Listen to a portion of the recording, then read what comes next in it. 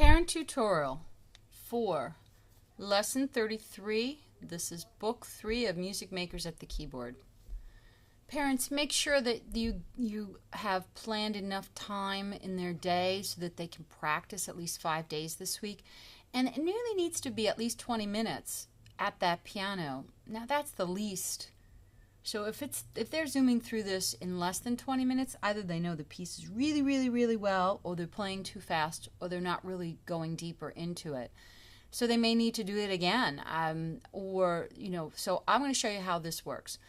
So we go through it, and immediately they see improvisations 1 through 3. They put on practice CD3, and they're listening to tracks 11 through 13. It's so important that they listen to the whole thing because it tells them what to do. So this is what it should sound like.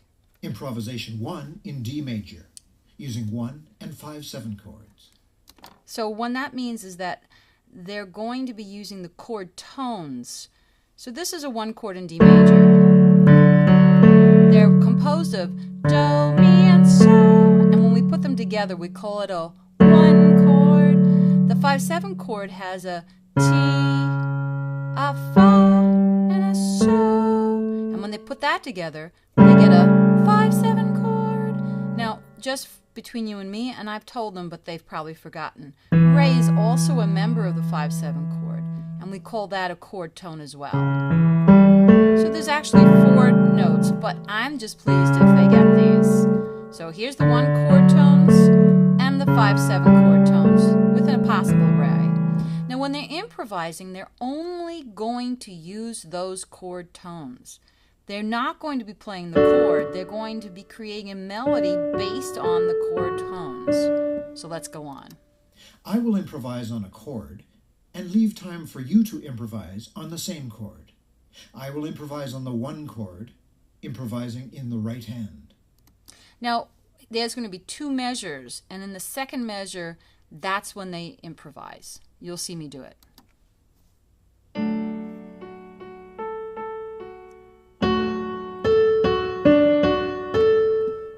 Now, did you notice I played something different from what I heard? So they're not trying to play the same thing. They're creating a new melody. The next one's going to be 5/7, so they're going to have to hear that, and they're going to have to move their hands so that they can use these to create a melody.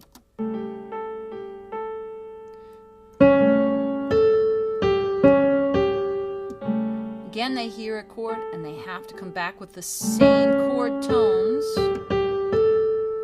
They hear the 1 chord, and they answer.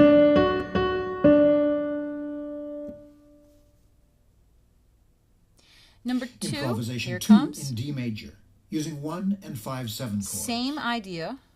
I will improvise on a chord and leave time for you to improvise on the same chord. All right.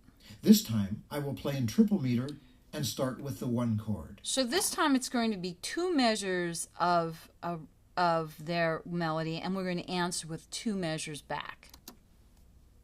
Here we go.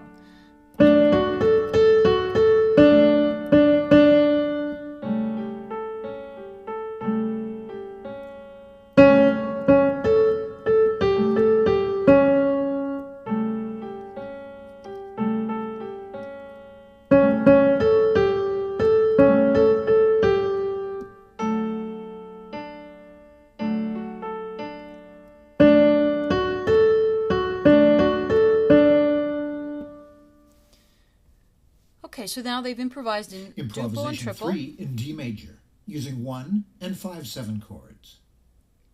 I invite you to improvise with me in duple meter with the melody in the left hand. Left hand. So I'm putting it down here, not up here, down and here. leave time for you to improvise on the same chord. Here I go. I will start with the 1 chord.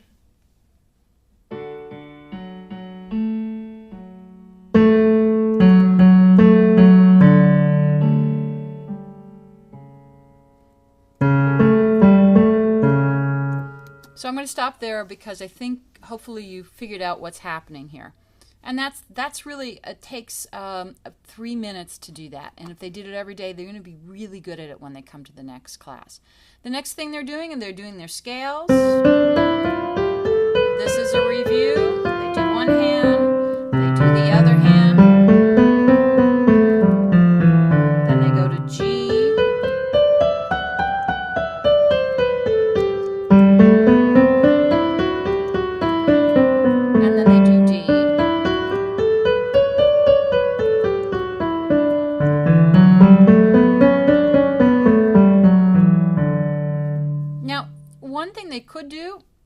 could practice playing them legato like I did, and they could play them staccato.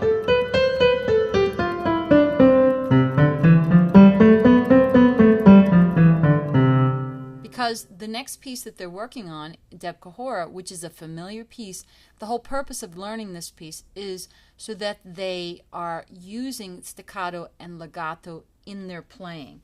And if you look at the piece that's in the book, they notice that there's legato on the first line and then staccato on the second. There we'll be playing it like this. Legato.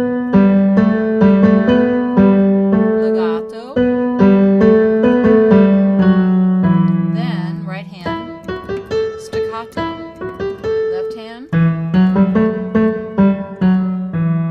Now parents, please don't show them this, because I don't want them to look at my hands and learn it from my hand position. I want them to use the music. I'm going to make sure that they're following the score as they're playing. And we spend a lot of time doing that. And also, please don't put any fingerings in there beyond what I may have placed as a starting place. I don't want them to read by finger numbers. And lastly, don't put in the solfege, the mi, do, re, mi, do, re, or even the notes.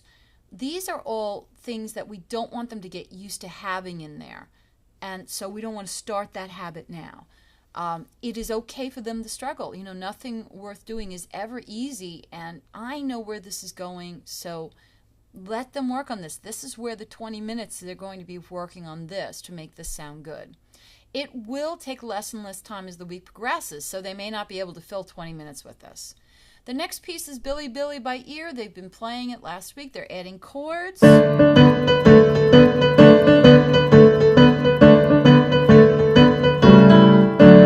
they could now do in the left hand.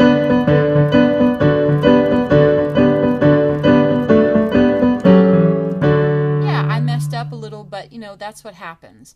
And they could try it in different keys. There's many ways they can expand this.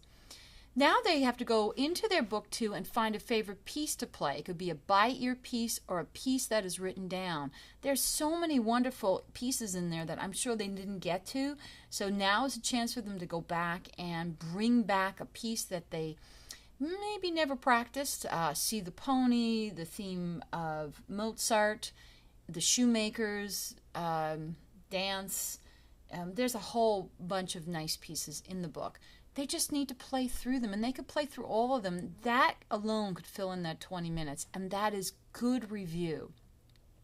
Then when they're all done, they go sit down and they throw in the listening CD and listen to Kolomaica. They're drumming along in their own way.